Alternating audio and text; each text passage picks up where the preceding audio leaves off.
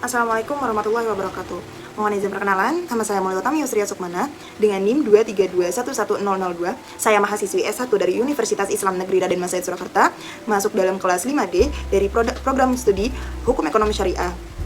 Pada video kali ini saya buat guna memenuhi tugas dari mata kuliah Hukum Perdata Internasional yang diampu oleh Ibu Irhamnia SHMH. Baik, selanjutnya yakni adalah pemaparan materi, yang dimana dalam pemaparan materi tersebut ada beberapa materi-materi yang akan saya jelaskan. Yang pertama dari adanya hak dan juga kewajiban dari orang perorangan, yang kedua dari hak dan juga kewajiban dari badan hukum, dan yang ketiga ada hak dan juga kewajiban dari negara, dan yang keempat ada hak dan juga kewajiban dari organisasi internasional, dan yang kelima ada hak dan juga kewajiban dari subjek hukum lain. Baik, selanjutnya yakni adalah pemaparan materi. Baik, materi yang pertama yakni adalah orang perorangan. Orang perorangan sendiri dalam hukum pidana internasional sendiri dikenal sebagai status personal, yang dimana dalam negara sendiri itu memiliki kewajiban untuk mengakui suatu orang perorangan dalam personalitasnya, yang dimana menentukan kewarganegaraan secara personal, yang dimana menganut dua prinsip. Yang pertama ada prinsip kewarganegaraan, yaitu status personil orang baik warga negara maupun asing. Yang kedua yakni ada prinsip domisili, yaitu status personil seorang ditentukan oleh hukum yang berlaku di domisilinya.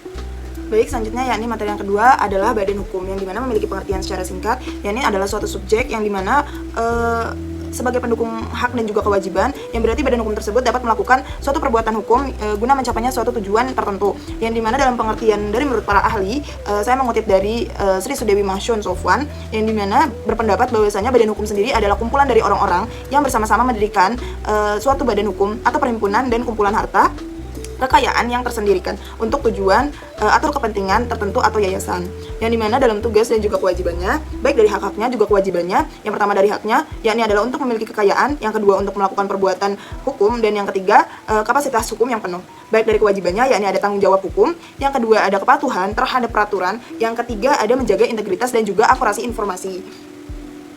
Baik, selanjutnya yakni materi yang ketiga yakni ada negara. Negara sendiri memiliki pengertian secara singkat atau bisa kita pahami sebagai sebuah organisasi atau perkumpulan yang dimana di dalamnya terdapat seperangkat aturan yang mengatur perilaku anggotanya, baik dari hak dan juga kewajibannya. Yang pertama dari hak-haknya ada kekuasaan eksekutif untuk mengurus masalah-masalah dalam negerinya, yang kedua ada kekuasaan untuk menerima dan mengusir orang asing, dan yang ketiga ada hak istimewa untuk perlindungan utusan diplomatiknya di negara lain, dan juga yang keempat ada yurisdiksi tunggal atau atas perbuatan kejahatan yang dilakukan dalam wilayahnya.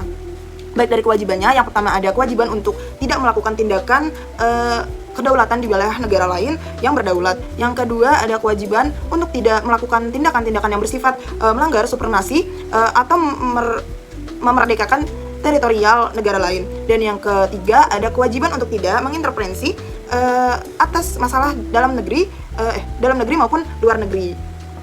Yang selanjutnya yakni ada materi organisasi internasional. Organisasi internasional sendiri memiliki pengertian yakni suatu kumpulan atau suatu komunitas yang dibentuk atau berbasis secara global dan juga internasional, yang skala cakupannya tidak hanya ruang lingkupnya itu tidak hanya kecil atau sempit, yang dimana skalanya itu sangat besar, dan juga organisasi ini dibentuk oleh negara-negara anggota melalui perjanjian multilateral. Walaupun mereka tunduk pada hukum dalam negeri, organisasi ini tetap memiliki kepribadian hukum di wilayah tempat kantor pusatnya berada, yang dimana termasuk dalam juga subjek hukum karena mereka memiliki peran penting dalam menetapkan dan melaksanakan norma serta standar internasional yang turut mengembangkan hukum internasional, baik dari jenisnya. Yang pertama ada universal versus regional, yang kedua ada politik versus teknik, yang ketiga ada kerjasama versus integrasi, yang dimana dalam jenis-jenisnya sendiri itu baik dari universal versus regional itu yang berartikan lingkupan keanggotaan. Yang kedua ada politik versus teknik, yang dimana berarti tujuan dan juga wewenang. Dan yang ketiga kerjasama versus integrasi, yang dimana berarti fungsi koordinasi dan juga pengembalian keputusan yang mengikat. Baik, selanjutnya yakni ada subjek hukum lain, yang dimana sebagaimana tadi telah dijelaskan dari yang lainnya, baik dari perorangan, badan hukum, dan juga organisasi internasional. Dalam materi selanjutnya ini, subjek hukum sendiri itu memiliki beberapa cakupan lainnya, yakni yang pertama ada tahta suci, yang dimana tahta suci sendiri itu tahta suci Vatikan sendiri merupakan subjek hukum dengan status khusus berdasarkan Fakta Lateran pada tahun 1929 sebagai negara yang berdaulat, yang dimana kewenangannya meliputi dari urusan keagamaan dan juga diplomasi internasional dengan membuat perjanjian dan hubungan diplomatik. Dan yang kedua ada pemberontakan, yang dimana pemberontakan sendiri memiliki penjelasan yakni sebagai pemberontakan atau belligerent dapat menjadi subjek hukum jika memenuhi syarat tertentu, yang dimana yakni terorganisir dengan kepemimpinan yang jelas dan juga memiliki identitas dan menguasai sebagian wilayah.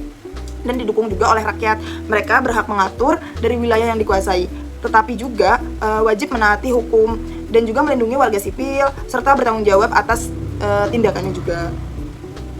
Baik, selanjutnya yakni ada ICRC. ICRC sendiri berpusat di Jenewa dengan ruang lingkupan terbatas dan juga independen dan tanpa ada intervensi dari negara, yang dimana berlandaskan dengan perjanjian internasional, yang dimana dalam fokus utamanya ini adalah untuk melindungi korban dari perang tingkat domestik maupun internasional dan penegakan hukum secara humaniter.